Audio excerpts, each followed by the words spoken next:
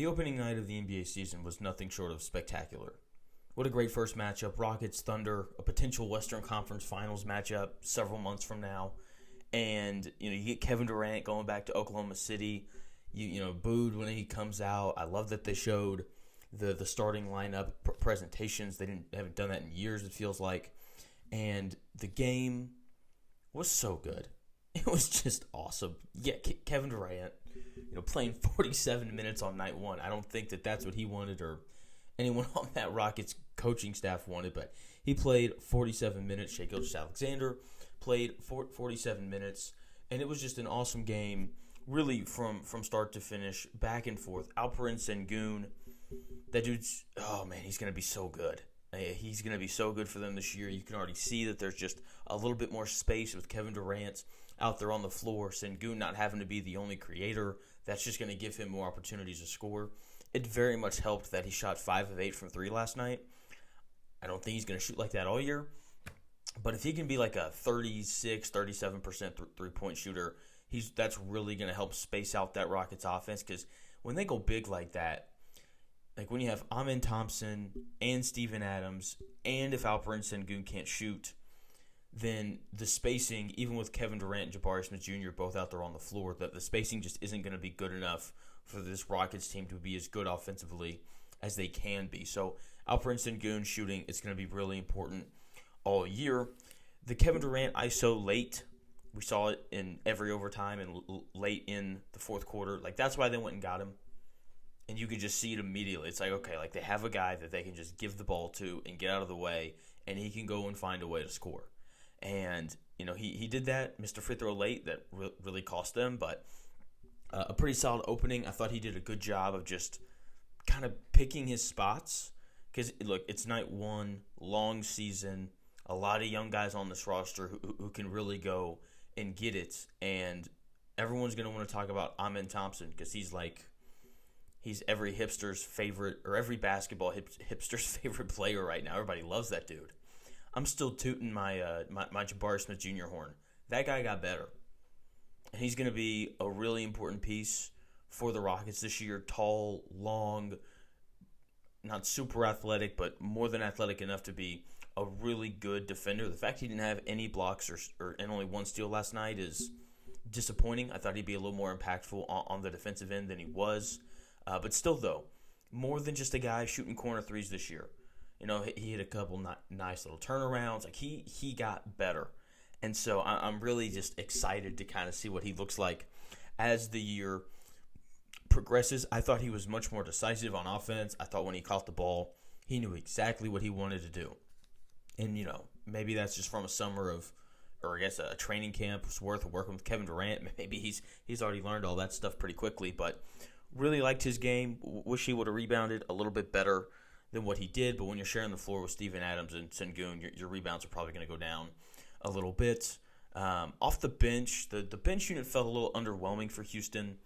Tari Eason, love that dude, plays hard, but not someone I really want shooting very often. Clint Capella's old. Josh Okogie's okay.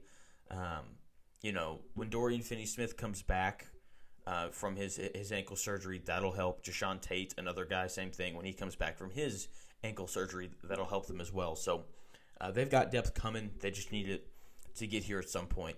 I have to talk about Reed Sheppard as well. Very, very disappointed in my guy Reed. Didn't do a good job showing up and showing out for all the white guys. TJ McConnell's hurt for the Pacers to start the season, so we need a white guy to step up to kind of carry the I almost said torch. That would not have been okay. Anyway, 9 points, 3 of 11 from the field, 2 of 7 from 3, 1 of 2 from the foul line. 4 assists, that's not a bad number. In 28 minutes, a couple turnovers, one really bad one in overtime. I appreciate him trying to get the ball to Kevin Durant in that spot, but just forced it, and you can't force passes against the Thunder. That's still very much a thing for them. So, not a great showing from him. Look, no Fred VanVleet all year. If Reed Sheppard, look, he doesn't have to turn into a star, but if he can be a guy who can play 18 to 22 minutes a night and score, 12 points, shoot the ball really well from 3, don't turn it over, and be a good defender, because he's very athletic and he should be a really good defender, then like that's going to do so much for Houston, especially the shooting aspect, because they just don't have a ton of it. Like Tari Eason's not a great shooter. Josh Okogie's not a great shooter. Like the only great shooters that they have on the roster are Kevin Durant, Jabari Smith, and potentially Reed Sheppard. Like, he's a guy who shot 50% from three in college, like high 40s, low 50s, if I remember correctly. So he's got to be another guy who can come in and help them space the floor just to give everyone else the opportunity to do the things that they do well. So shooting 28% from three on the night, not great. With that being said, kind of tough for me to judge you when you're playing against the Thunder, whose defense was absolutely nasty last night, just a continuation of last year, and Jalen Williams didn't even play. So Shai Gilgeous-Alexander still unstoppable, 14 to 18 feet away from the basket. Like, just chalk it up as 2 points whenever he rises up from that mid-range. Really enjoyed watching Chet Holmgren's game last night. Talk about dudes who got better. That dude got better, right? More decisive, going to the rim, still an absolute menace, protecting the rim on defense. Part of the increased aggressiveness is obviously because Jalen Williams didn't play. But with that being said, like, that guy shot it well. Same thing as Jabari Smith. Just looked much more decisive. Hopefully that continues as the year goes on. And even when J-Dub or Jalen Williams comes back from his injury. So, really impressed with this team. It's a lot of the same guys, and you're going to get a lot of the same stuff. Really good defense, a lot of clutch buckets late from Shai Gilgeous-Alexander. Don't let that guy go left. Make him go right. Cason Wallace, really like seeing him in the starting lineup. He had their second highest plus-minus. He was +8. Isaiah Hartenstein was +9.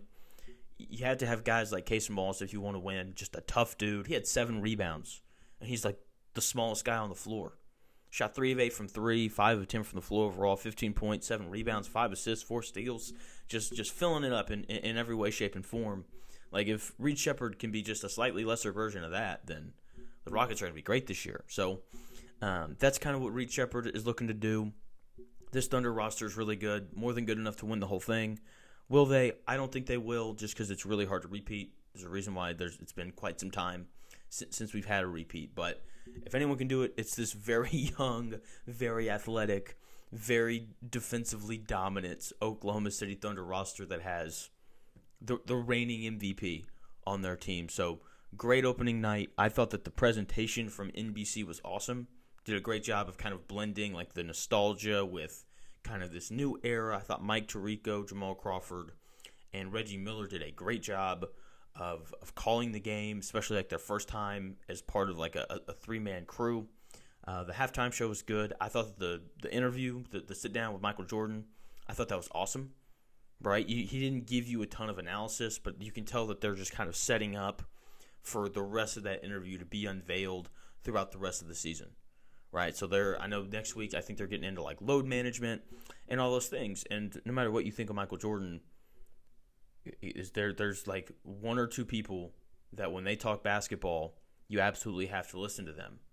And Michael Jordan is one of those people without a doubt, and that's a guy who we haven't really heard from very much. So I think it's going to be a really good year. Very excited for what NBC is going to do with the NBA, and just excited for the rest of the year. I didn't get the chance to watch the Lakers game last night, host a morning radio show. Like, it's 5:27 in the morning. I was up till 11 last night watching the Rockets and Thunder game. So I'm going to go back and watch that. I'll have thoughts on that, or just the Lakers in general at some point during the year, promise.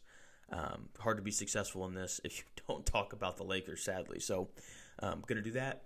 If you are just a basketball fan in general, subscribe.